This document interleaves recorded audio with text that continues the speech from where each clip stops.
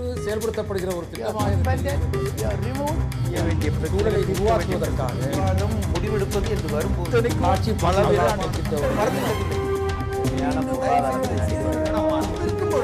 எதிர்த்து பேசிட்டு. வணக்கம். நேர்பட பேசு நிகழ்ச்சிக்கு உங்களை அன்போடு வரவேற்கிறோம். பருப்பு விலை உயர்வு குறித்து பேச இருக்கிறோம். இன்றைய நிகழ்ச்சியில் நம்மோடு பங்கேற்பதற்காக திமுகவின் திரு காசி முத்துமாணிக்கம், அதிமுகவின் திருமதி செல்வி சி.ஆர். சரஸ்வதி, பாரதிய ஜனதா கட்சியின் திரு நாராயணன், பொருளாதார அறிஞர் திரு ஜெயரஞ்சன் அவர்கள். வணக்கம். காசி முத்துமாணிக்கம், இன்றைக்கு விலை உயர்வுன்றது எந்த ஆட்சி காலத்திலும் தொடர்ச்சியாக எந்த கட்சி ஆட்சியில் இருந்தாலும் விலை குறைந்ததாக சரித்திரமில்லை. எந்த பொருளும் ஏறியது இறங்குவதில்லை. உணவுப் பொருளும் அப்படித்தான், எல்லா ஆட்சியிலும் ஏறிக்கிட்டே தான் இருக்கு. இன்னைக்கு இந்தியா முழுக்க பருப்பு விலைன்றது ஏறி கொண்டே இருக்கிற ஒன்றை பார்க்கிறோம். நாங்கள் ஆட்சியில் இருந்தப்போ 52 ரூபா இருந்தது கிலோ, இப்போ 210 ரூபாய், 4 மடங்கு உயர்ந்துருச்சு. கும்பி எரியுது, உடல் கருகுது அப்படின்னு சொல்றாரு. இது மாநில அரசின் தோல்வி மாதிரி காட்ட முற்படுறீங்களா? இது இந்தியா முழுமைக்குமான ஒரு பிரச்சனைக்கு மாநில அரசின் தோல்வின்னு திமுக தலைவர் கருணாநிதி சொல்றது அரசியல் இல்லையா? அதில் என்ன பார்க்கணும்னு சொன்னால், கலைஞர் அந்த கோணத்தில் சொல்லலை. ஒரு மத்திய அரசுடைய நிர்வாகம் என்பது வேறு, மாநில அரசுடைய நிர்வாகம் என்பது வேறு. 4 மடங்கு ஏறி இருக்குதுன்னு சொன்னால், இப்போ இந்தியா முழுசும் ஏறி இருக்கணும். ஆனால் மகாராஷ்டிரில் ஒரு வேலை எங்கேயுமே 110, 120, 130, 140 தான் போயிருக்கு. எங்கேயும் 200 தாண்டலை. ஆக மாநிலத்துக்கு மாநிலம் வித்தியாசப்படுது. ஒரு கிறிஸ்டின்னு ஒரு நிறுவனம் இருந்துச்சு. அந்த நிறுவனத்துக்கிட்ட பருப்பு 7 வகையான கம்பெனிகள் வந்தபோது அதை ஒதுக்கிட்டு அந்த கிறிஸ்டிங்கிற ஒரு நிறுவனத்துக்கு மட்டும் கொடுத்ததுனால 3000 கோடி லாஸ்ன்னு சொல்லி ராமதாஸ் சொன்னார். எப்போ சத்துணவில் கொள்முதல் பண்ணும்போது ஒரே கம்பெனியில் பருப்புகள் கொள்முதல், ஒரே கிறிஸ்டிக்கிட்டே முட்டை கொள்முதல். அது அரசாங்கத்தினுடைய ஒப்பந்த புள்ளியில நடந்த முறைகேடுன்னு எதிர்க்கட்சிகள் சொல்றப்போ, இது வெளிச்சந்தையில அதிகமா விற்கிறது. அரசாங்கத்தை, தமிழக அரசை மட்டும் குறை சொல்றது எதனால? இல்ல, தமிழக அரசை மட்டும் குறை சொல்வது என்ன, நம்ம மாநிலத்தில் நம்ம தமிழக அரசை மட்டும் சொல்றோம். தமிழக அரசுடைய இது என்னன்னு கேட்டீங்கன்னா, ஆரம்ப காலத்திலேருந்து இங்கே விழிப்புணர்ச்சியாகி மத்திய அரசோட உறவு கொண்டு நீங்கள் அழுத பிள்ளை பால் குடிக்கும்னு இல்லாமல் குறிப்பிருந்து தாய் பால் ஊட்டுகின்ற தாய் தான் சிறந்த தாய். இங்கே ஒரு மழை பெய்தால் கூட உடனடியாக நாளை மழை பெய்யுதுன்னு சொல்லி வானொலியில் செய்தி அறிவிக்கிறாங்க. செய்தி அறிவிச்சோன்னே இவன் இன்னைக்கு விதைக்க வேண்டாம், உரம் போட வேண்டாம்னு தன்னை ஒதுக்கி கொள்கிறான், நாள் ஒதுக்குறான். ஆனால் 4-5 மாதத்துக்கு முன்பாக உத்தரப்பிரதேசத்தில் மழை இல்லை, மகாராஷ்டிராவில் மழை இல்லை, 20% விளைச்சல் குறைவு அப்படின்னு ஒரு தகவல் வரும்போது 22 லட்சம் பருப்பு குறைச்சலாக இருக்குன்னு சொல்லுகின்ற போது இவர்கள் ஏன் முன்கூட்டியே மாதம் கொள்முதல் பண்ண வேண்டிய பருப்பை மட்டும், முட்டையை மட்டும், மொத்தமாக என் மின்சாரத்தை கூட பார்த்தீர்கள் என்றால் 25 ஆண்டுகளுக்கு மதானியுடன் ஒப்பந்தம் போடுகின்ற போது விளைவு மழை பெய்கிறதே, ஆகவே விளைச்சல் குறைச்சலாக இருக்குமே என்று அனுபவத்துடன் முன்கூட்டியே ஏன் அதை வாங்கி வைக்கவில்லை என்பது எங்களுடைய குற்றச்சாட்டு. 2வது பக்கம் பார்த்தீர்கள் என்றால், மத்திய அரசுடன் உறவு கொண்டாடி அவருடைய விலை குறைவதாக ஆரம்ப காலத்திலே வாங்கியிருந்தால் இந்த நஷ்டம் வந்திருக்காது என்பது எங்களுடைய கணிப்பு. சரஸ்வதியில 2 கருத்துக்கள். ஒன்று, திமுக சொல்றது தும்பை விட்டு விட்டு வாழை பிடிக்கிறார்கள் கருணாநிதி அவர்கள் அறிக்கையில வெளியிட்டிருக்கிறார். இன்னொன்று, இப்ப எடுத்திருக்கிற அரசாங்கத்தோட நடவடிக்கை 5000 டன் வாங்கி தர்றது கூட ஒரு கண்துடைப்பு தான், இது எல்லோருக்கும் போராது. இது ஒரு கருத்து சொல்றாங்க. வாடி குடிச்சா வயிறு ரொம்பாதுங்கிற கதையா? இது மிக மிக திமுக மட்டும் சொல்லல, பாரதிய ஜனதா கட்சி சொல்கிறது, தமிழிசை சவுந்தரராஜன் சொல்றாங்க, மத்திய அரசு எச்சரித்தது, இவர்களுக்கு முன்கூட்டியே தெரியும், பதுக்களை தடுங்கன்னு, இவர்கள் செய்யவில்லை. அதனாலதான் மாநில அரசின் தோல்வியின் காரணமாக தான் தமிழகத்தில் தான் இந்தியாவிலேயே அதிகமான விலை உயர்வு அப்படின்னு பாரதிய ஜனதா சொல்லுது. காங்கிரஸ் கட்சியின் இளங்கோவனும் அதே கருத்தை சொல்றார், மற்றவர்களும் சொல்றாங்க. இது மாநில அரசாங்கத்தின் தோல்வி, விலைவாசியை கட்டுப்படுத்த மாநில அரசு தவறிவிட்டது அப்படின்ற குற்றச்சாட்டுக்கு பதில் என்ன? இன்னைக்கு விலைவாசியை இன்னைக்கு பருப்பு விலை மத்திய அரசு இந்தியா பூரா எவ்வளவு ஏற்றிருக்குங்கிறது எல்லாருக்கும் தெரியும். இதுல மாநில அரசு குற்றம் சொல்லணுங்கிறதுக்காக இவங்க எல்லாம் பேசுறாங்க. இன்றைக்கு கூட மாண்புமிகு துறை அமைச்சர் தெளிவான ஒரு விளக்கத்தை கொடுத்திருக்கார். இன்றைக்கு அம்மா அவர்கள் 500 டன் வாங்கி 110 ரூபா அங்காடியில கவர்மெண்ட் ஷாப்ஸ்லயும் தொடர்ந்து நீங்க ரேஷன்ல 30 ரூபாய்க்கு மட்டுமே கொடுக்கப்படுங்கிற மாதிரி மக்களுக்கு எந்த விதமான பிரச்சனையும் வரக்கூடாது. வாங்கி வச்சிருக்கலாமே, மின்சாரத்தை வாங்கி சேமிப்பதற்கும் உணவு வகைகளை சேமிப்பதற்கும் நிறைய வித்தியாசம் இருக்கு. நீங்க பருப்பு மின்சாரத்தை மூட்டை தான் மூட்டையா சேமிக்க முடியாது. பருப்பு மூட்டை மூட்டையா பருப்பு வாங்கி ஒரு வச்சுக்கிட்டு வருஷத்துக்கு இருக்கலாம். மின்சாரத்தை தான் சேமிக்க முடியாது.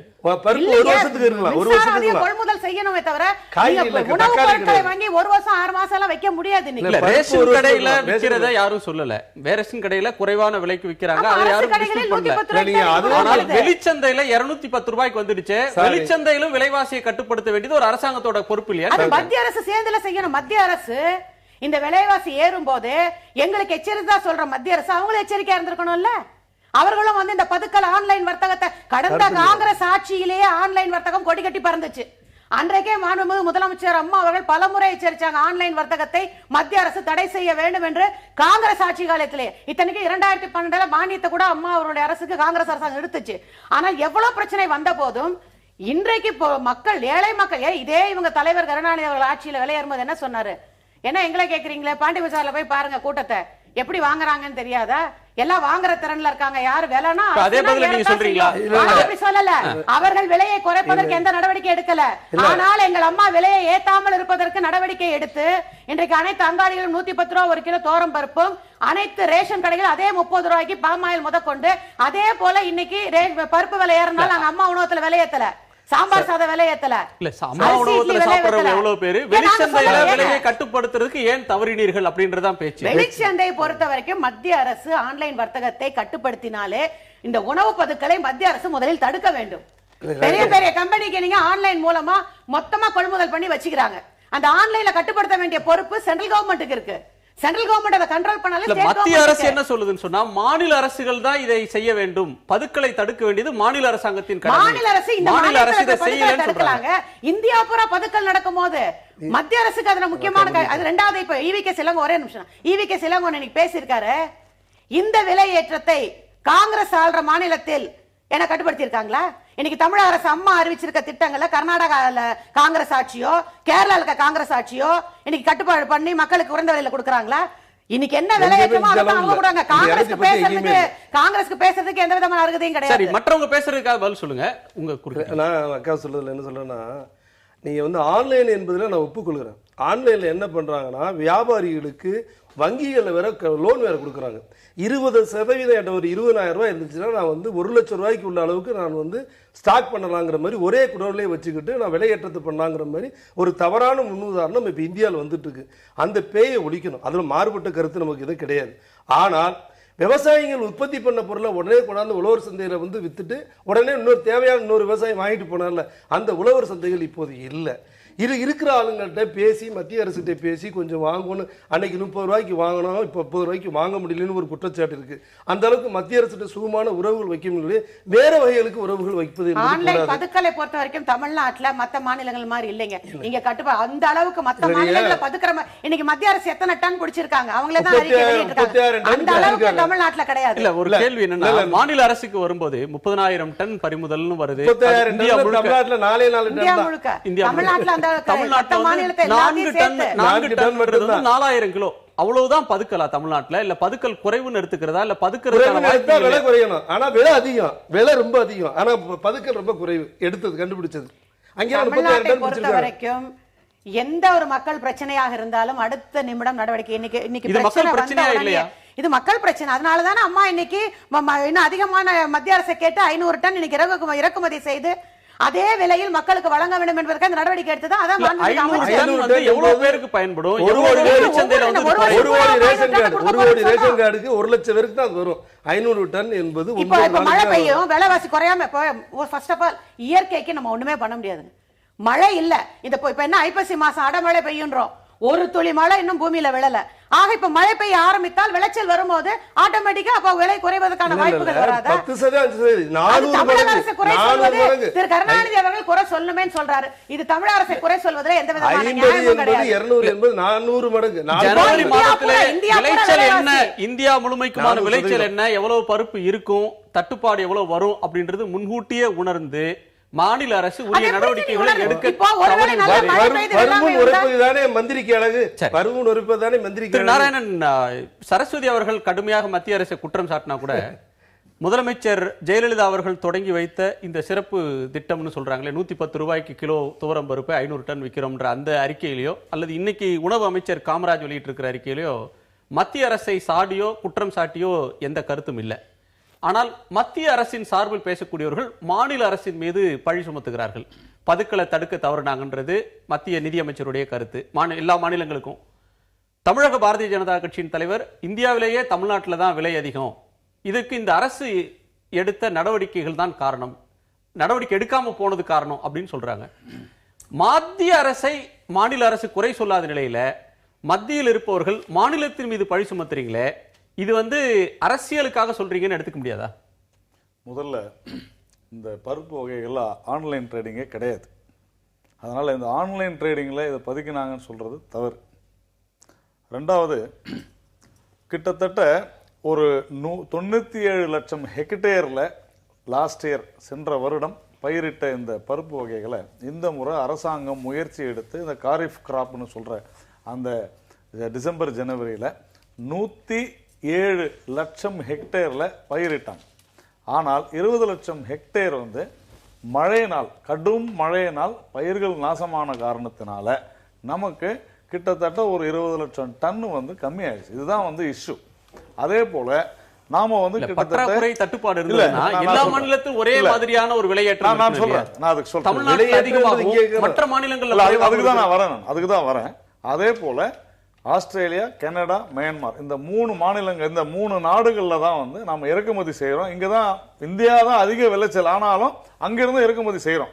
இந்த 3 நாடுகளிலுமே இந்த முறை அங்கேயும் இந்த விளைச்சல் பிரச்சனை இருக்கு. அதனாலதான் சப்ளை இல்லை. இதுதான் பேசிக் ப்ராப்ளம். ஆனால் இந்த அரசாங்கம் சென்ற செப்டம்பர் மாதமே நீங்க பாத்தீங்கன்னா நிறைய உத்தரவுகள் அல்லது மேற்கோள்களை காட்டி பதுக்கலை தடுக்க வேண்டும் அரசாங்கம் முதல் உத்தரவே அதுதான். நாடு முழுவதும் எல்லா அத்தியாவசிய பொருட்களுடைய பதுக்கலையும் தடுக்க வேண்டும். அதற்கு அனைத்து மாநிலங்களும் தான் உறுதி செய்ய வேண்டும். ஏனென்று சொன்னால் இது எப்படி சட்ட ஒழுங்கு பிரச்சனை மாநிலத்தை சார்ந்ததோ இது போன்ற விஷயங்கள்ல மாநில அரசுகள் தான் பொறுப்பேற்க வேண்டும். பதுக்கல் மட்டும் காரணம்னா மாநில அரசு நீங்க சொல்லலாம். இல்ல பதுக்கல் மட்டும் தான் காரணம் இல்ல. அது மாநில அரசு மட்டுமே இத பார்க்கணும். மத்திய அரசுக்கு பொறுப்பே இல்ல. நான் உங்களுக்கு சொன்னேன். அதனால தான் நான் சொன்னேன். அப்போ இந்த ஜனவரி மாதம் 20 லட்சம் ஹெக்டேர்ல இந்த மாதிரி நாசமான காரணத்தினால உடனடியாக மே மாதம் தான் அந்த இவ்வளவு நாசமாச்சுன்றது நமக்கு தெரியும். மே மாதமே இண்டென்ட் கொடுத்துட்டாங்க. ஆனா கிட்டத்தட்ட அதே நேரத்திலேயே எல்லா மாநில அரசுகளுக்கும் மத்திய அரசு இது போன்ற ஒரு தட்டுப்பாடு வர இருக்கிறதுன்னு சொல்லி எதெல்லாம் தேவையோ அதற்கு முன்னாடியே இண்டென்ட் பண்ணுங்கன்னு சொல்லியும் செய்யல. அதுல இந்த பிரச்சனையே அதுலதான் வந்தது. இப்பொழுது இந்த பதுக்கல் விஷயத்துல மகாராஷ்டிரா, சத்தீஸ்கர், கர்நாடகா எல்லா இடத்துலயும் பாத்தீங்கன்னா இன்னைக்கு 40,000 டன் பிடிச்சிருக்கிறாங்க. கிட்டத்தட்ட 120 கோடி ஏதோ அதோட வேல்யூ. இது அந்தந்த மாநில அரசுகள் தான் செஞ்சிருக்கு. இவங்க தமிழ்நாட்டில் இன்று மாலை நிலவரம் 4 டன். அதாவது இது தமிழக அரசு தான் அதுக்கு பதில் சொல்லணும். நாம எப்படி சொல்ல முடியும்? ஏன்னா 4000 டன் தான், 4000 கிலோ தான் இருக்குதுன்னு ஒரு மாநில அரசு சொல்லும் பொழுது அப்படின்னா கண்டிப்பாக இந்த 200 ரூபாய்க்கு சென்றிருக்க கூடாது. ஏனென்று சொன்ன ஒன்று, இவர்கள் அதிக அளவிலே பருப்பை இங்க வைத்திருக்க வேண்டும். இவங்க சொன்னாங்க 1 வருஷம் வைக்க முடியுமா, 2 வருஷம் வைக்க முடியுமான்னு. கண்டிப்பாக இவங்க நினைச்சிருந்தால் பிளான் பண்ணி செஞ்சிருக்கலாம். அதுல ஒன்னும் சந்தேகம் இல்லை. ஏனென்று சொன்னால் அதிக அளவிலே நாம் பருப்பை உபயோகிக்கிறோம் தமிழகத்துல. தவிர இங்க கிராப்ஸ் கிடையாது. கருணாநிதி அவர்கள் சொல்ற கருத்தை நீங்க வழிமொழிறீங்கன்னு எடுத்துக்கலாம். அது நீங்க வழிமொழிறது இல்ல. விட்டு வாழை பிடிக்கிறது அரசு இப்படிதான் ஒரு மத்திய அரசு சொல்லும்னு அவர் அதற்கேற்ற மாதிரி கூட அறிக்கை அவர் கொடுத்திருக்கலாம். இதுல விஷயமே என்னன்னு கேட்டீங்கன்னா இந்த பதுக்கலை கண்டிப்பாக தடுத்திருக்க வேண்டும். முன்னரே இவங்க இண்டென்ட் பண்ணி மே மாதமே இதற்கான விஷயம் எங்களுக்கு ஒரு 2000-3000 டன் அதிகமா வேணும். ஏன்னா இன்னைக்கு நெட்டுக்கு போனா எது எல்லாமே தெரியுது. எவ்வளவு டன் உற்பத்தி ஆகுது, எவ்வளவு ஸ்பாயில் ஆகுது. அதனால இவர்களுடைய அதிகாரிகள் இந்த தமிழக அரசாங்கத்திற்கு சொல்லி இருக்க வேண்டும். மண்ணெண்ணெய் அளவு காங்கிரஸ் அரசு குறைச்சதுக்காக இப்ப பலமுறை அம்மா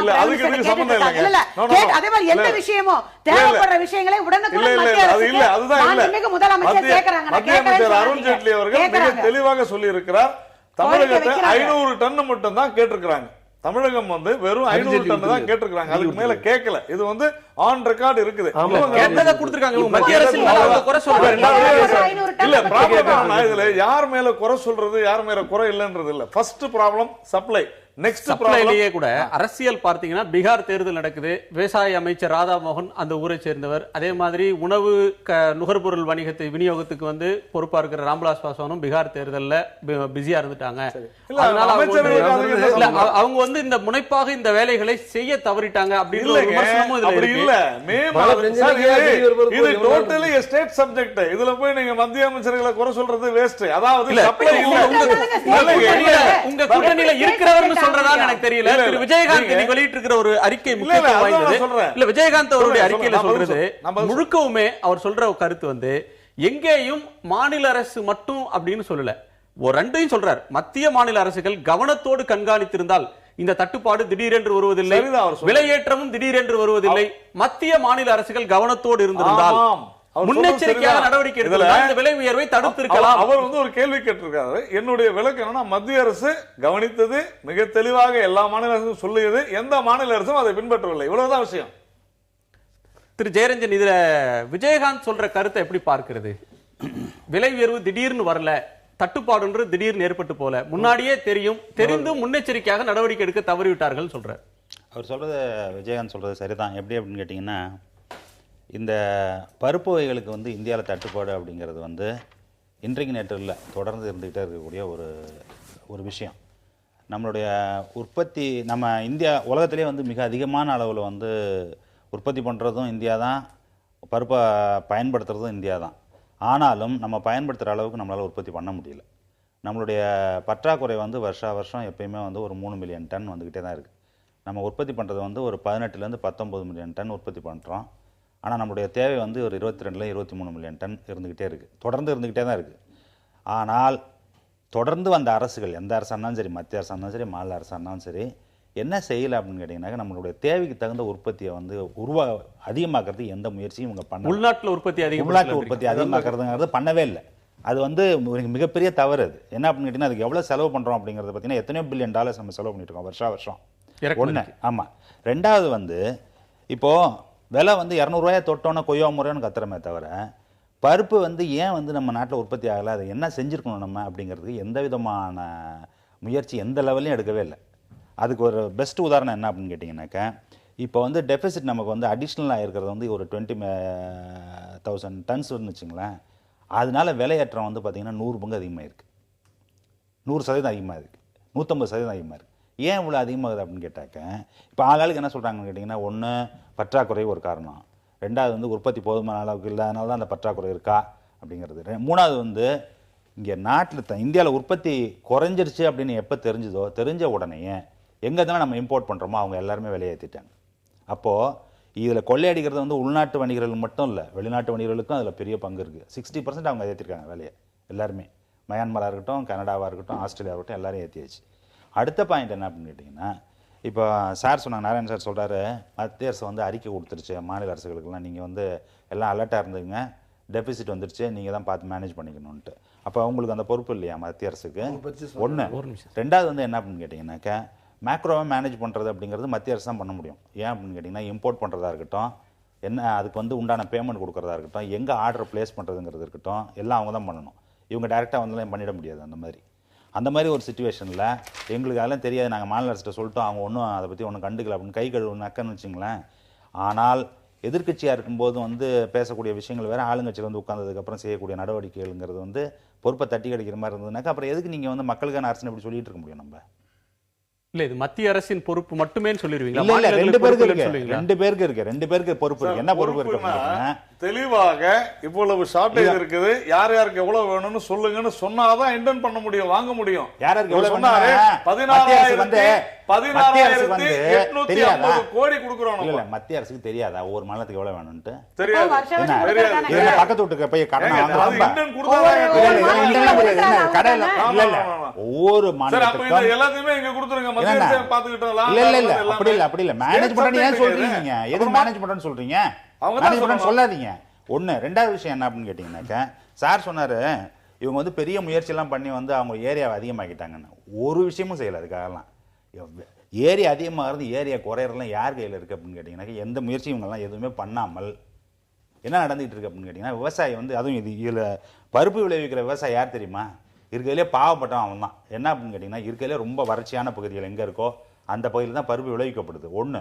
ரெண்டாவது, அவங்களுக்கு வந்து அரிசிக்கும் கோதுமைக்கும் கரும்புக்கும் இருக்கக்கூடிய மினிமம் சப்போர்ட் ப்ரைஸும் அதுக்கு இருக்கக்கூடிய அரசாங்கத்தினுடைய ஆதரவு, அதுக்கு கொடுக்கக்கூடிய இரிகேஷன், அதுக்கு கொடுக்கக்கூடிய கடன் வசதிகள், இது எதுவுமே வந்து பருப்பு விவசாயத்துக்கு போகிறதே கிடையாது. பருப்பு விவசாயிகள் வந்து யார் அப்படின்னு கேட்டிங்கனாக்கா, ஒன்றும் வழி இல்லை, மழை கொஞ்சம் தான் பெய்யும் அப்படிங்கிற ஒரு சூழ்நிலையில் ஒன்றும் வழி இல்லாமல் பருப்பு போடுறாங்க. அது அடுத்த வருஷம் அதுக்கு விலை கிடைக்காதுன்னு அவங்களுக்கு தெரிஞ்சது அப்படின்னு சொன்னால் அவங்க அதை போடுறதில்ல. இப்போ அதுதான் இப்போ சிக்கல். என்ன அப்படின்னு கேட்டிங்கன்னா, இதுக்கு வந்து மினிமம் சப்போர்ட் ப்ரைஸ் அப்படிங்கிற ஒரு விஷயத்த அறிவிக்காதது மட்டும் இல்லை, அறிவிச்சது மிக குறைந்த அளவில் அறிவிச்சுட்டு போதும் அளவுக்கு ப்ரொக்யூரும் பண்ணுறதில்ல, அந்த சப்போர்ட் கொடுக்கறதில்ல. அதனால் இப்போ இது குறைஞ்ச உடனே ஐயோ குறைஞ்சு போச்சுன்னு இப்போ பதறமே தவிர, ஸ்ட்ரக்சரலாக அதுக்கு உண்டான தீர்வுகளை இவங்க தேடலை அப்படின்னு சொன்னாக்கா வருஷம் இந்த பிரச்சனை வந்துக்கிட்டு தான் இருக்க போது. இவங்க மாறி ஒருத்தர் சொல்லிட்டு தான் இருக்க போகிறாங்க.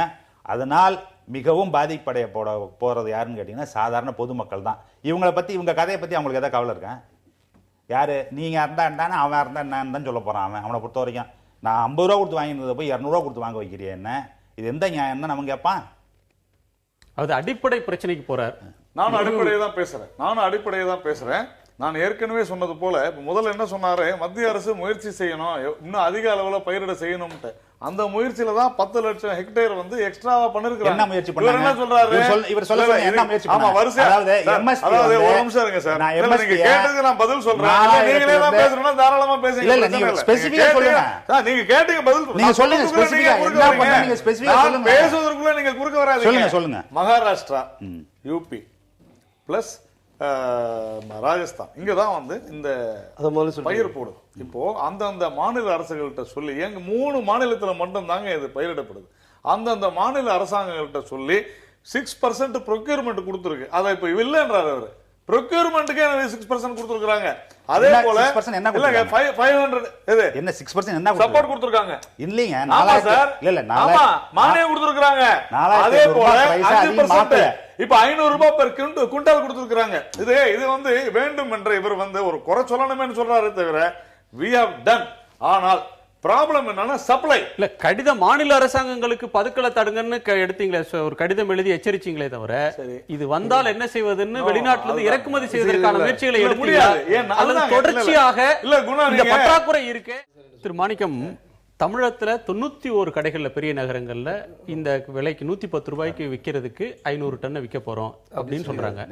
இது வந்து வெளிச்சந்தையில ஓரளவுக்கு விலையை குறைக்கிறதுக்கு இது உதவும் அப்படின்ற எண்ணத்துல தமிழக அரசு செய்து பதுக்களை தடுப்பதற்கான நடவடிக்கையிலும் அரசாங்கம் ஈடுபட்டிருக்கு. இருந்தும் இது போதாது அப்படின்னு எப்படி சொல்றீங்க? பதுக்கல் நடவடிக்கைக்கோ பதுக்கினவற்றிலிருந்து எடுக்கவோ இந்த முயற்சி எடுக்கல. ஒரு அரசாங்கம் என்பது விளைபொருளை வந்து உற்பத்தி செய்வதற்கு விவசாயிக்கு துணை புரிய வேண்டும். விளைந்த பொருளை பதுக்காமல் இருப்பதற்கு நடவடிக்கை எடுக்க வேண்டும். ஆனால் இந்த அரசு அதை செய்யவில்லை. 91 நகரங்களில் மட்டுமே இந்த விற்பனை என்பது 36 கடைகள் இருக்கின்றன. நியாய விலை கடைகள் என்பது தமிழகத்திலே 36 கடைகள் இருக்கும்போது வெறும் 91 கடைகள் மட்டும் என்பது நிச்சயமாக இது எப்படி என்றால், ஒரு அரசாங்கம் என்பது ஏதோ மத்திய அரசு இருக்கிறது, நடவடிக்கை எடுக்கிறதா என்பது எனக்கு தெரியாது. ஆனால் அவர்கள் சொல்லுகிறார்கள், வேகமாக நாங்கள் வெளிநாட்டிலிருந்து கொள்முதல் பண்ணுகிறோம், உடனடியாக ரயில் மூலமாகவோ அல்லது பருப்பு வகைகளை நாங்கள் ஒவ்வொரு மாநிலமாக அனுப்ப போகிறோம், எங்கே பதுக்கல் இருக்கிறோம் அதை வந்து நாங்கள் வந்து பதுக்கலை எடுக்க போகிறோம் என்று அந்த நடவடிக்கை எடுக்கிறார்கள். ஆனால் அம்மாவுடைய அறிக்கையிலே என்ன வருகிறது என்றால், நாங்கள் உடனடியாக 91 கடை மூலமாக இதை 110 ரூபாய்க்கு விற்போம் என்று சொல்கிறார்கள். நான் சொல்வது 24/5/2015 விலை நிலைப்படுத்த நித்தியம் என்று ஒரு அமைப்பு வைத்து அதற்கு இவ்வளவு ரூபாய் என்று வைத்து ஒரு பட்டியலை அதிமுக அரசு அறிவித்தது. ஆனால் 24/5/2015 அறிவித்துவிட்டு இப்போது புதிதாக சொல்கிறார்கள் என்றால், அன்று அறிவித்த திட்டம் என்ன? இது ஒரு முழுக்க திசை திருப்புகின்ற வேலைதான். ஏனென்று கேட்டால், எப்படியெல்லாம் அம்மா சிமெண்ட், அம்மா மருந்தகம், அம்மா உணவகம் என்று வந்த திட்டங்களுக்கே சரியான இல்லை, தள்ளாடி கொண்டிருக்கிற மருந்து கடையில் போய் கேட்டீர்கள் என்றால் நிறைய மருந்துகள் இப்போது இருப்பதில்லை, இல்லாத எக்ஸ்பைரி ஆகிருக்கிறது, அல்ல என்றால் தரம் குறைவான மருந்துகள் இருக்கின்றன என்றெல்லாம் சொல்லிக் கொண்டிருக்கிறதுனால தான் அங்கே அதிகமான எண்ணிக்கை வரவில்லை. அம்மா மருந்தும் அப்படி இருக்கிறது. அப்படி இருக்கும்போது அம்மா பேரிலே சூட்டப்படாத இந்த பருப்பு திட்டம் என்பது 91 கடைகளை விற்பதனால் மட்டுமே மக்களுக்கு போய் சேராது. இவர் சொல்வதை போல, அருமை சகோதரர் இளங்கோன் சொல்வதை போல இது ஒரு திசை மாற்றுகின்றதை தான் நான் நினைக்கிறேன். ஏனென்றால் இதிலே உற்பத்தி பண்ணுகின்றவர்களிருந்து பர்ச்சேஸ் பண்ணுகின்ற போது அரசுக்கு ஒரு கமிஷன், அதை வாங்குகின்ற போது அதிமுக காரர்கள் தான் அதிகமாக அடைகிறார்கள். ஏனென்றால் இப்போது ஆடு மாடு எல்லாம் கொடுத்தார்கள், சிமெண்ட் கொடுத்தார்கள். இது வந்து பொதுமக்களுக்கு அதிகமாக செல்லவில்லை என்பது எங்களுடைய இது. ஏனென்றால் அது அதிமுகவினர் மட்டுமே அது அடைந்தார்களே தவிர இந்த 110 ரூபாய்க்கு விற்கிறதும் அமுதம் அங்காடியில மற்ற அங்காடியில சிந்தாமணி போன்ற அங்காடியில விற்கிறது அதிமுக காரங்களுக்கு. ஏனென்றால் என்னுடைய குற்றச்சாட்டு என்னவென்றால், ஆரம்பத்திலே நீங்கள் பார்த்தீர்கள் மாதத்திலே முதல் 7 நாட்கள் மட்டும் காலை 8 to 10 மணி வரை வருகிறவர்களுக்கு மட்டும்தான் கொடுக்கப்படுகிறது.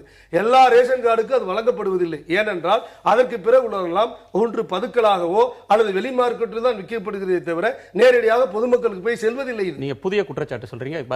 இல்லைங்க, அது திமுக குற்றச்சாட்டு சொல்லணும்னு சொல்றாங்க. இவங்களுடைய மைனாரிட்டி ஆட்சி காலத்துல ஒவ்வொரு வாரமும் காங்கிரஸ் கருணாநிதி ஆட்சியில வந்த புதுசுல மாசம் ஒரு தடவை பெட்ரோல் டீசல் ஏத்துனாங்க, வாரம் ஒரு தடவை ஏத்துனாங்க, அப்புறம் தினம் ஏத்துனாங்க. ஏத்துறதுக்கு அதுக்கு என்னைக்குமே திரு கருணாநிதி அவர்கள் வந்து ஒரு அறிக்கை வெளியிட்டோ பெட்ரோல் டீசல் விலை அறிக்கை வெளியிடுறாரு தவிர எந்த நடவடிக்கை எடுக்கல.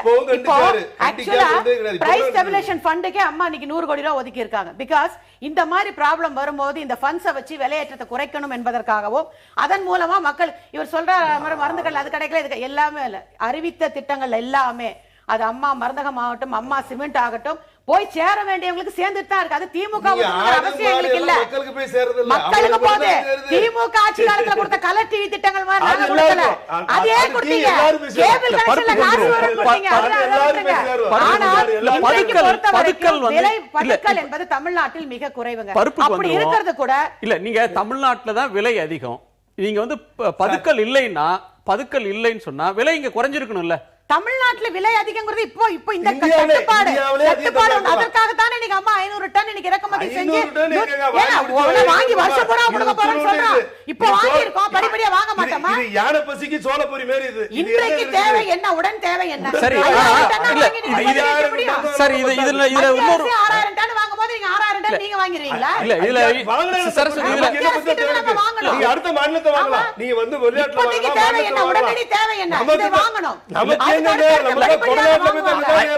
500 டன் நீங்க வந்து வாங்கி வெளிச்சந்தையில கொடுத்தீங்கன்னாலே 110 ரூபாய்க்கு வித்தாலே இதனுடைய நோக்கம் என்னன்னு சொன்னா விலை அதிகமா இருக்கிறது குறையும், ஒரு வழியாக குறையும் அப்படின்றத நோக்கம். ஆனா இங்க குறையாது.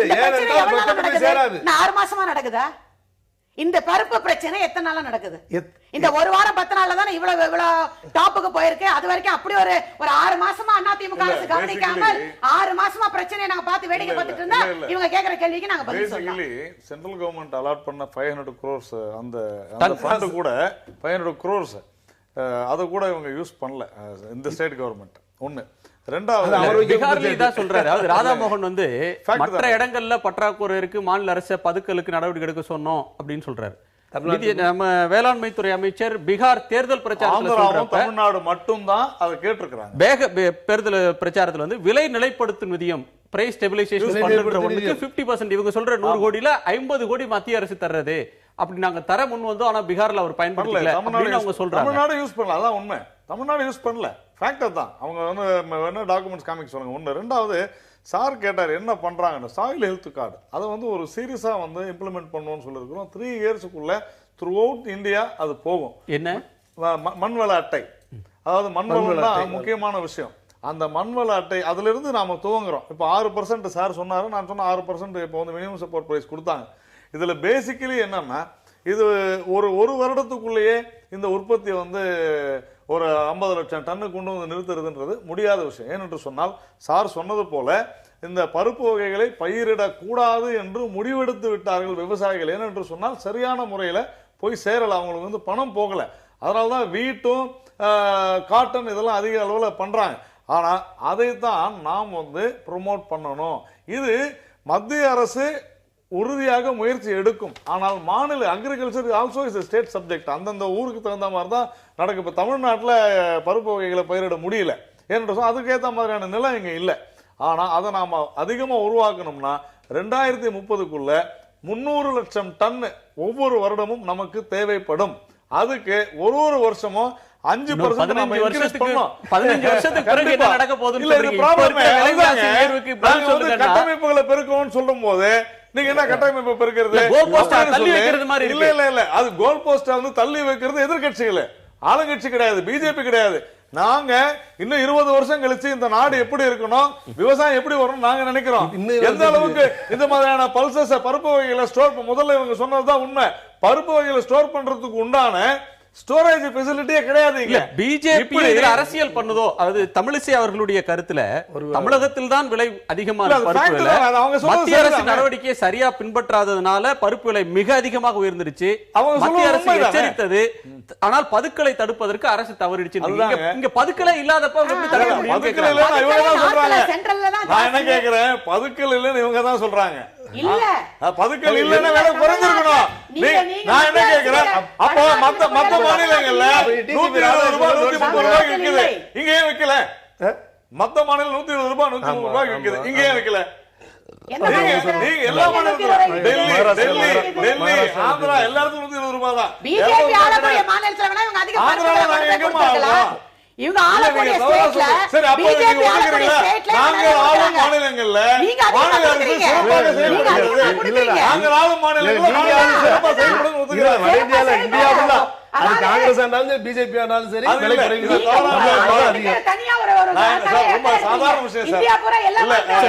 இல்ல சகோதரி சரஸ்வதி ஒரே விஷயம் நான் என்ன தெரியுமா கேக்குறேன், நீங்க எவ்வளவு இன்வென்ட் பண்ணீங்க, எவ்வளவு நீங்க வந்து வாங்கியிருக்கிறீங்க, எவ்வளவு கொடுத்தீங்க, பதுக்கல் எவ்வளவு எப்படி கட்டுப்படுத்தினீங்க, ரைடு இது வரைக்கும் சோதனைகள் ஏதாவது செஞ்சிருக்கீங்களா, இதெல்லாம் உங்களால சொல்ல முடியுமா? இல்ல இன்னைக்கு வந்திருக்கு இல்லையா, எவ்வளவு இங்க தமிழ்நாட்டுல பதுக்கப்பட்டிருக்கு? சென்ற வருடத்திலிருந்து தமிழ்நாட்டுல 4000 கிலோ வரைக்கும் பதுக்கலதா பிடிச்சிருக்காங்க. 4 டன் 4 டன் உங்களுக்கு நான் கொடுக்கிறேன்.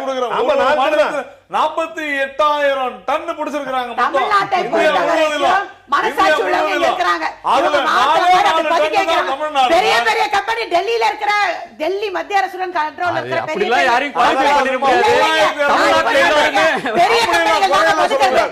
வியாபாரிகள் பதுக்கிறது இல்லைங்க. பெரிய பெரிய கம்பெனி 3200 டீம் வேலை செஞ்சிருக்கு இந்தியா முழுவதும். மத்திய அரசு ஆட்சி பண்ணாலும் அவங்களை கையில் போட்டுக்கொண்டு மிகப்பெரிய பணக்கார கம்பெனி தான் இதை பதுக்குறாங்க. இன்று மாலை 5 மணி நிலவரப்படி 48,000 டன் கண்டுபிடிச்சிருக்காங்க. இதுல விஷயம் என்ன, தமிழ்நாட்டுல 4 டன் பதுக்கல் இல்லைன்னு தானே அர்த்தம். அப்படியே நீங்க சொல்றீங்க. இப்ப அவரே தானே சொன்னாரு பதுக்கி வைக்கக்கூடிய அளவுக்கு பெரிய இதை மத்திய அரசு கூட இருக்கிற பெரிய பெரிய கம்பெனிகள் தான் ஆன்லைன் வர்த்தகம் இல்ல கிடையாது. இல்ல தவறா சொல்றீங்க. 100க்கு 100 உண்மை. சொல்றீங்க நீங்க. 100க்கு 100 அதே சொல்லுங்க. காங்கிரஸ் ஆட்சி சொல்லுங்க. பிஜேபி உங்களுக்கு தெரியுதுல, உங்களுக்கு தெரியுதுல எந்த கம்பெனி தமிழ்நாட்டுல எந்த பெரிய கம்பெனி பதுக்கி இருக்குன்னு சொல்லுங்க. தமிழ்நாட்டுல கிடையாது. சட்டம் ஒழுங்கு இங்க தான் இருக்கு. அத பார்க்க வேண்டியது உங்களுடைய பொறுப்பு. அப்படியே அவங்க பதுக்கி இருந்தாலும் தமிழ்நாட்டை பொறுத்தவரையிலும் பதுக்கல் தடுப்புறது மாநில அரசு கையில தான் இருக்கு. மாநில அரசு தான் பண்ணணும். அது வந்து சிபிஐ வர முடியாது இல்லையா? அடிஷனல் டிஜிபி ராதாகிருஷ்ணன் தலைமையில ஒரு கமிட்டி போட்டிருக்காங்க. ராதாகிருஷ்ணன் தலைமையில் உள்ள கமிட்டி தான் அதை கண்டுபிடிக்கணும், அதான் பிடிக்கணும். மத்திய அரசு நிறைய பண்ண முடியாது. சரி, திரு ஜெயரஞ்சன், இதுல 2 கேள்விகள். பதுக்கல் மட்டும்தான் இது காரணமா, அல்லது காசி முத்துமாணிக்கம் சொல்றாரு ஆன்லைன் வர்த்தகம் இதுல இயங்குதுன்னு சொல்றாரு, இல்லைன்னு திரு திருப்பதி சொல்றாரு, நாராயணன் சொல்றாரு.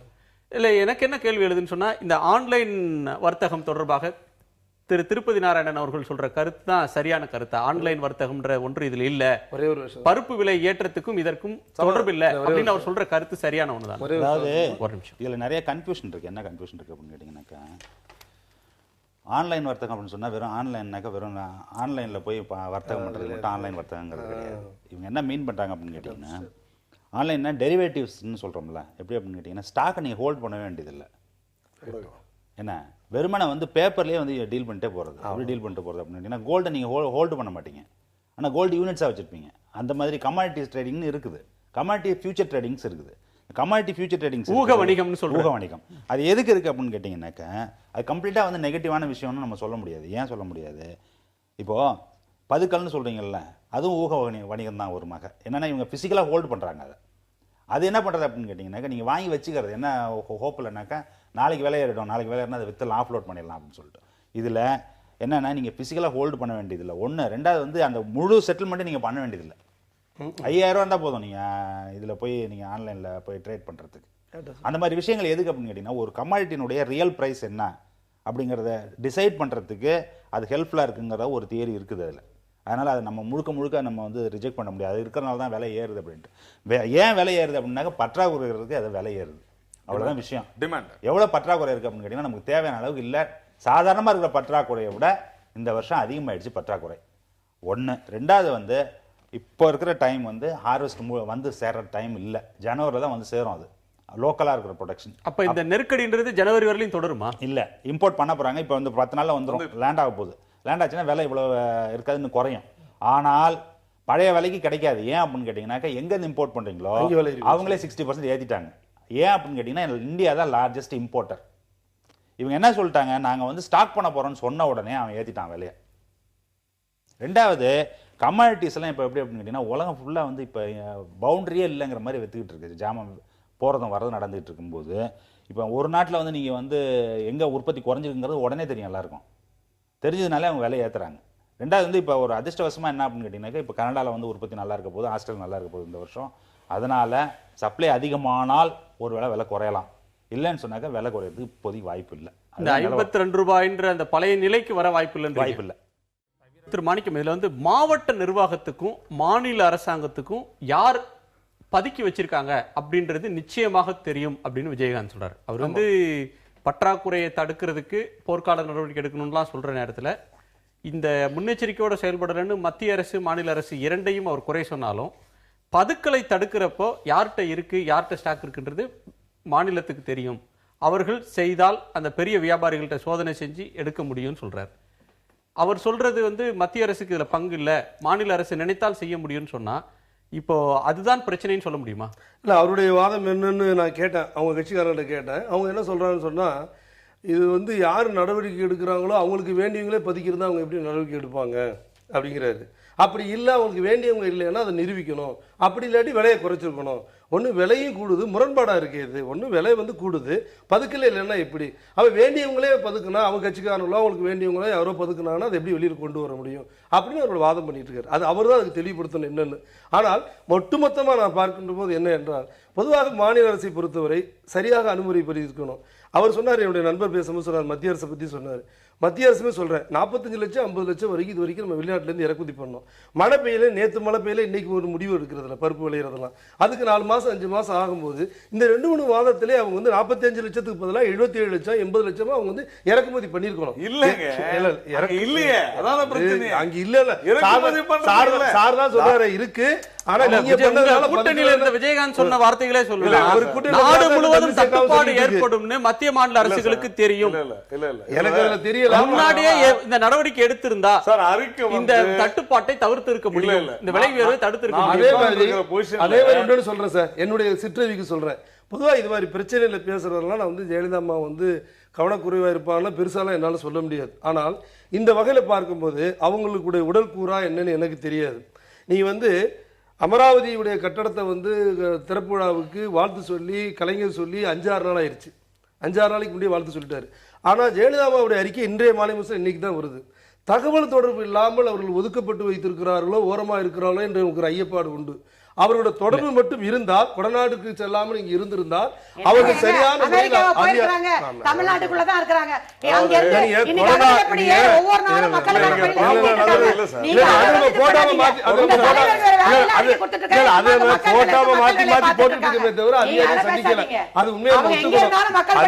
அதிகாரிகளை சந்திப்பு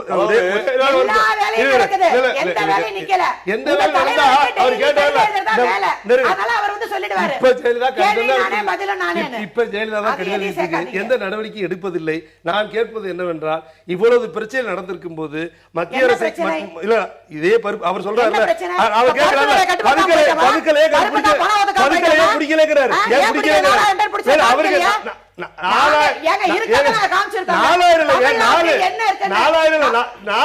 4 நிர்வாகமாக சரியாக செயல்படாத காரணம் 10 நாள் வந்து ஊட்டியில வந்து சட்டசபை நடந்ததுக்கு கும்பி எரிகிறது, குடல் கருகிறது, உங்களுக்கு குழு ஆட்சி தேவையானு கேட்டாரு அண்ணா. இன்னைக்கு கொடநாட்டிலே உட்கார்ந்துகிட்டு இருக்கீங்களே.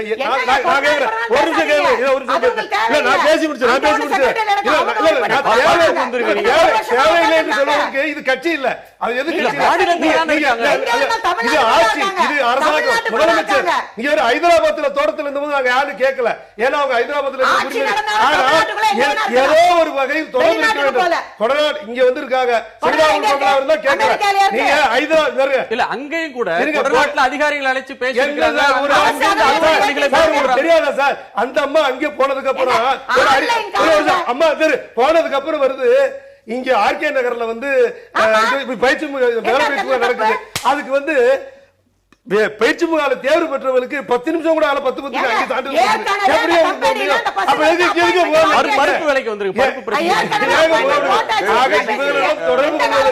வாய்ப்பு இல்லை. இல்லை அந்த அம்மாவிடம் சரியான அதிகாரம் போடுவது இல்லை சார். அவ்வளவு பெரிய நிகழ்ச்சி அதிமுக 6 நிமிஷத்துல முடிச்சிருச்சு சார். பத்திரிகையில அரசாங்கத்தை நடத்த வேண்டியது அங்கே சார். எம்ஜிஆருடைய பிறந்த விழாவுக்கு எம்ஜிஆர் பிறந்த விழாவுக்கு 18 கிலோமீட்டர் பயணம் செய்து 6 நிமிஷத்துல முடிச்சு போயிட்டாங்க. நடக்க வேண்டும், அதிகாரிகளை சந்திக்க வேண்டும். தமிழ்நாட்டில் எங்க இருந்தாலும் வேலை நடக்கலாம், வெளிநாட்டுல தான் உட்கார்ந்து நீங்க கேட்கலாம். இல்ல நம்ம மக்கள் தொடர்பு தினசரி தொடர்பு இல்ல. அதாவது இதுல விஷயம் என்னன்னா சார், இல்ல இதுல உங்கள்கிட்ட கேட்க வேண்டியது, இப்ப அடுத்து உங்களுக்கு ஆட்சிக்கு வரக்கூடிய மாநிலங்கள் அப்படின்னு எடுத்துக்கிட்டா, ஆட்சி தேர்தல் நடக்கக்கூடிய மாநிலங்கள்லாம் தமிழ்நாடு, கேரளா, மேற்கு வங்கம், அசாம், இங்கெல்லாம் எதிர்க்கட்சிகள் தான் ஆட்சி செய்யறாங்க. விலைவாசி உயர்ந்தால் அதனுடைய பலன் பாதிப்பு அந்தந்த மாநில அரசுகளுக்கு போகும். அதனால மாநில அரசுகளே செய்து கொள்ளட்டும், மத்திய அரசுக்கு பொறுப்பு இல்லை, இதுல நமக்கு ஒண்ணு இதுல ஸ்டேக்ஸ் இல்ல அப்படின்னு சொல்லி மத்திய அரசு பாராமுகமாக இருக்குன்னு சொல்லலாமா? அதான் இப்ப சொல்ல வந்தேன். சரி, நம்ம ஸ்டாட்டிஸ்டிக்ஸோட பேசுறது தான் சரியா இருக்கும். சும்மா அரசியல் பேசுறது தான் அறிக்கைகள் டெய்லி நிறைய வருது, அத மாதிரி பேசலாம். ஸ்டாட்டிஸ்டிக்ஸ் தான் பேசலாம். அதாவது இன்னைக்கு தமிழிசை மிக தெளிவாக சொல்லியிருக்கிறாங்க. எவ்வளவு கோடி தமிழக அரசாங்கம் கொடுத்தது, எவ்வளவு ரயில்ல இருந்து எது எடுக்கல, உடனடியா கிளியர் பண்ணுங்க சொல்லி அதுவும் வந்து மத்திய அரசாங்கம் சொல்லிடுச்சு. ஆனா இன்னும் தமிழக அரசாங்கம் செய்யல. 1ஆம் தேதியில இருந்தா சொல்லிருக்காங்க. தமிழ்நாட்டுல தான் இந்தியாலே வேற எங்கேயும் இல்லாத மாதிரியான ஒரு பிடிஎஸ், சிறப்பான பிடிஎஸ் இருக்கு. அது மூலமா கோதுமையும் மத்திய அரசாங்கம் அந்த பிடிஎஸ்ல போய் தலைநகர் பட்ஜெட்லயே அதிகமான நிதி ஒதுக்கீடுன்றது பொது சுகாதார பொது விநியோக திட்டத்துக்கு 5300 கோடி ரூபாய் அதுக்கு ஒதுக்குறாங்க. நீங்க திமுக ஆட்சி காலத்திலே இந்த ஸ்பெஷல் பிடிஎஸ் கொண்டு வந்தாங்க. அவங்க ஆட்சி மாறினாலும் தேர்தல் வருகிறதுன்றதுனால மத்திய பாஜக அரசு இந்த பிடிஎஸ்குள்ள போய் மூக்கு நுழைக்க முடியுமா? முடியாது. ஏன்னா இது மாநில அரசின் கையில இருக்குது. ஒண்ணு. ரெண்டாவது, நீங்க கேட்ட கேள்வி என்னன்னா, என்ன எடுத்தீங்க, என்ன ஸ்டெப் எடுத்தீங்கன்னு. நீங்க 2010-11 இம்போர்ட் ஷேர், அதாவது ஆன் டொமஸ்டிக் சப்ளை, உள்ளூர் சப்ளையோட இம்போர்ட் ஷேர் பாத்தீங்கன்னா 13.4 மில்லியன் மெட்ரிக் டன். அதே மாதிரி 2011-12 17.1. இந்த வருஷம், அதாவது லாஸ்ட் இயர் பாத்தீங்கன்னா மார்ச் வரையில 2014-15 பாத்தீங்கன்னா 21.1 மில்லியன் மெட்ரிக் டன். இதுவரையில இல்லாத அளவுல கடந்த 7 வருடங்கள்ல அதிகமான அளவுல இறக்குமதி செய்திருப்பது இந்த அரசாங்கம் தான். அதை முதல்ல நாம புரிஞ்சுக்கணும். ப்ராப்ளமே 20 லட்சம் டன், 20 லட்சம் ஹெக்டேர்ல இருந்த பயிர் நாசமான காரணத்தினாலதான் இது மாதிரியான பிரச்சனைகள் வந்துள்ளது. தவிர இம்போர்ட் பண்ணல, லேட் பண்ணிட்டாங்கன்றதுலாம் மிகப்பெரிய பொய். இதுல விஷயம் ஒரே ஒரு விஷயம் தான் சார். ஜனவரில கிராப் போடுறாங்க, மே மாசம் தான் கிராப் வரும். அத சொல்லலையே நீங்க வந்து பதுக்களை தடுக்க தவறிடுச்சு. மாநில அரசுகள் தான் நேற்று கூட அருண் ஜேட்லி அவர்கள் ஒரு எல்லா அமைச்சரவை கூட்டத்தில் இது சம்பந்தப்பட்ட துறைகளை கூட்டி வருங்காலத்துல கிராப் அதிகமா எப்படி போடணும்ன்றத பார்க்கணும். நாம வந்து இம்போர்ட்டை வந்து டெவலப் பண்ணணும். அதே போல மாநில அரசுகள் தொடர்ந்து இந்த பதுக்கல்காரர்களை அடக்க வேண்டும். இந்த 3 விஷயமும் சொல்லிருக்காங்க. இந்த 3வது விஷயம் செஞ்சிருந்தா ஒரு 20-30 ரூபாய் குறைஞ்சிருக்கிறதுக்கு வாய்ப்பு இருக்குது. அரசு வந்து அதிமுக அரசு வந்த பிறகு விலை நிலைப்படுத்தும் நிதியம், அது பிரைஸ் ஸ்டெபிலைசேஷன் ஃபண்ட் அப்படின்னு சொல்ற 100 கோடி ரூபாய் சொல்றாங்க. பொது வெளியில விலை அதிகமா கட்டுக்கு அதிகமாக போயிட்டா அதை எப்படியாவது குறைக்கிறதுக்கு அரசு வந்து இன்டர்வீன் பண்ணணும் அப்படின்னு இவங்க எடுத்த ஒரு இனிஷியேட்டிவ். அதே மாதிரியான ஒரு முயற்சியை மத்திய அரசும் செய்திருக்கு. இந்த முயற்சிகளின் மூலமாக விலைவாசியை எந்த அளவு கட்டுப்படுத்த முடியும்? இதெல்லாம் ரொம்ப குறைவாக தான் பண்ண முடியும். ஏன் அப்படின்னு கேட்டிங்கனாக்கா, அதுக்கு இயர்மார்க் பண்ணி வச்சிருக்கிற ஃபண்ட்ஸை ரொம்ப கம்மி. என்ன அப்படின்னா, நம்ம பேசிட்டு இருக்கிறது வந்து பில்லியன்ஸ் ஆஃப் டாலர்ஸில் பேசிகிட்டு இருக்கோம். நீங்கள் 500 கோடி ரூபாய் வச்சு நாங்கள் அதை பண்ணுறோம்னு சொல்கிறதா இருப்பாருங்க. ஒரு நாளைக்கு கன்சம்ஷன் வந்து 6000 மெட்ரிக் டன் இந்தியாவில் பருப்பு. 500 கோடி வச்சுட்டு என்ன பண்ணுவீங்க? 100 கோடி வச்சுட்டு என்ன பண்ணுவீங்க? இதெல்லாம் சும்மா ஒரு சிம்பாலிக்காக பண்ணுறது தானே தவிர, ப்ரைஸ் ஸ்டெபிலைசேஷன் ஃபண்ட் அப்படின்னு சொன்னால் எதுக்கு அது பிரயோஜனம் போடும் அப்படின்னு சொன்னீங்கன்னா, 10 ரூபா இருக்கு ஒரு விலை அப்படின்னு சொன்னாக்க இது 11 ரூபா ஆகாம தவிர்க்கிறதுக்கு தான் பண்ணலாமே தவிர, அந்த 1 ரூபாயை பிரிச்சு பண்றது தான் அது பண்ண முடியும். என்ன நீங்க வந்து 50 ரூபா விற்றது 200 ரூபா வித்துட்டு இருக்கும்போது இந்த ஃபண்டெல்லாம் வச்சுட்டு ஒன்றும் பண்ண முடியாது. இப்போ செய்ய வேண்டிய வேலை என்ன அப்படின்னு கேட்டிங்கனாக்கா இந்த வேதனையை அனுபவிச்சாகணும் ஒன்று. ஏன்னா யாரெல்லாம் செய்ய தவறுனாங்களோ, என்னென்ன காரியங்கள் செய்ய தவறுனாங்களோ அதனுடைய பலாபலன் இதுதான். இது எல்லாருமே அனுபவிச்சு தான் ஆகணும். இது ரொம்ப ரொம்ப பாதிக்கப்பட போகிறது யார் அப்படின்னு கேட்டிங்கன்னா அடித்தட்டு மக்கள் தான். ஏற்கனவே என்ன நடந்துகிட்டு இருக்கு அப்படின்னு கேட்டிங்கனாக்கா 1950களில் நம்ம பயன்படுத்தின அளவு பருப்பு வந்து இப்போனால நம்ம பயன்படுத்துறது கிடையாது. அது குறைஞ்சிக்கிட்டே வந்துகிட்டு இருக்கு. சராசரி நுகர்வு சராசரி நுகர்வு, தனிநபர் நுகர்வுங்கிறது குறைஞ்சிக்கிட்டே வருது. இப்போ இந்த விலை வித்துதுன்னு வச்சுங்க. இப்போ கிராமப்புறங்கள் நான் பார்க்கும்போது இப்போ தான் வந்திருக்கிறேன், நான் பார்த்துட்டு வர்றேன். எப்படி பார்த்துட்டு வரேன்னாக்கா வந்து கடையில் கேட்குறாங்க என்ன விலைன்ட்டு. இது விலை அப்படின்னு சொன்னாக்கா 1/4 கிலோ கேட்டால் உடனே என்ன செய்வாங்க, 100 கிராம் ஆக்குவான். இப்போ அதை போய் இந்த 1/4 கிலோ பருப்பை 100 கிராம் ஆக்குனாக்கா அதை ஃபேமிலிக்குள்ளே எல்லாருக்கும் டிஸ்ட்ரிபியூட் பண்ணும்போது என்ன ஆகும், எல்லாருக்கும் அதனுடைய அளவு குறையும். அப்போ ஏற்கனவே நமக்கு வந்து என்ன டெஃபிஷியன்சி இருக்குது அப்படின்னு கேட்டிங்கன்னா ப்ரோட்டீன் டெஃபிஷியன்சி அதிகமான அளவில் இருக்குது. இப்போ இன்னும் அந்த ப்ரோட்டீன் டெஃபிஷியன்சி இன்னும் மோசமாக போகுது. இதை எப்படி தவிர்க்கலாம் அப்படின்னு சொன்னோம்னாக்கா இப்போ நாராயணன் சொல்கிறது வந்து என்னன்னாக்கா நாங்கள் வந்து இதை பெரிய முயற்சியெல்லாம் பண்ணிகிட்டு இருக்கோம்னு சொல்கிறாரு. இதை வந்து அதிகமாக்குறதுக்கு இது என்ன பண்ணணும் அப்படின்னு கேட்டிங்கன்னா முதல்ல செய்ய வேண்டிய வேலை நம்மளுடைய ஈல்டு அதிகமாகணும். இந்தியாவில் வந்து விளைச்சல் இல்லை, ஈல்டுங்கிறது வெறும் விளைச்சல் மட்டும் இல்லை, ப்ரொடக்ஷனுங்கிறது தான் இது விளைச்சல்ங்கிறது. உற்பத்தி திறன் இப்போ எப்படி இருக்குது அப்படின்னு கேட்டிங்கன்னாக்கா சைனாவில் இருக்கிறது இதே பருப்பு வந்து 1/3 தான் நம்ம விளைவிக்கிறோம். நம்மளுடைய ப்ரொடக்டிவிட்டி 1/3 அவங்களோட கம்பேர் பண்ணும்போது. ஏன் இதுக்கு என்ன காரணம் அப்படின்னு கேட்டிங்கன்னாக்கா நம்மள்ட்ட அதுக்கு உண்டான சரியான வெரைட்டி இல்லை. நம்மளுடைய ரிசர்ச் அண்ட் டெவலப்மெண்ட் தூங்கிட்டு இருக்கு 50 வருஷமாக. அதை பொறுத்த வரைக்கும் இந்த ஃபோக்கஸ் எல்லாமே நம்மளுடைய ஃபோக்கஸ் எல்லாம் எதில் இருக்குது அப்படின்னு கேட்டிங்கன்னாக்கா இப்போ வீட்லேயும் ரைஸில் இருக்கிற ஃபோக்கஸ் வந்து இந்த மாதிரி மில்லட்ஸ்லையும் பல்சஸ்லையும் இல்லை நம்மள்ட்ட. ஆக இது வந்து ஒரு மிஷன் மோடுக்கு போய் என்ன ஏற்கனவே ஒரு ஆயில் மிஷன் மோட்னு ஒன்று ஆரம்பித்தாங்க தெரியுமா, ராஜீவ்காந்தி இருக்கும்போது ஆரம்பித்தார். அது வந்து சக்ஸஸ் ஆகலை. அந்த மாதிரி பல்சஸ் மோட்னு ஒன்று ஆரம்பித்து இதை செய்தால்தான் இதை செய்ய முடியும்.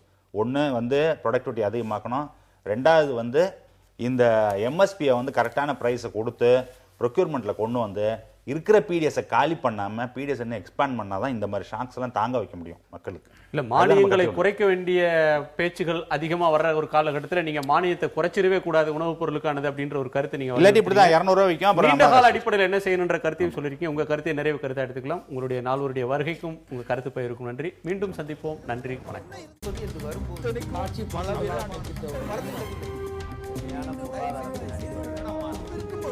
எதிர்த்து பேசிட்டு